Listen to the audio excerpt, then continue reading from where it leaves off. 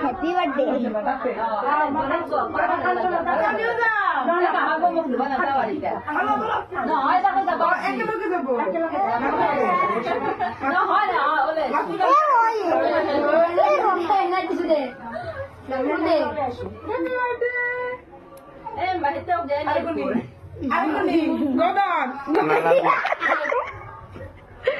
দীপ সত্যি কেউ বাড়ি থাকতো না সবাই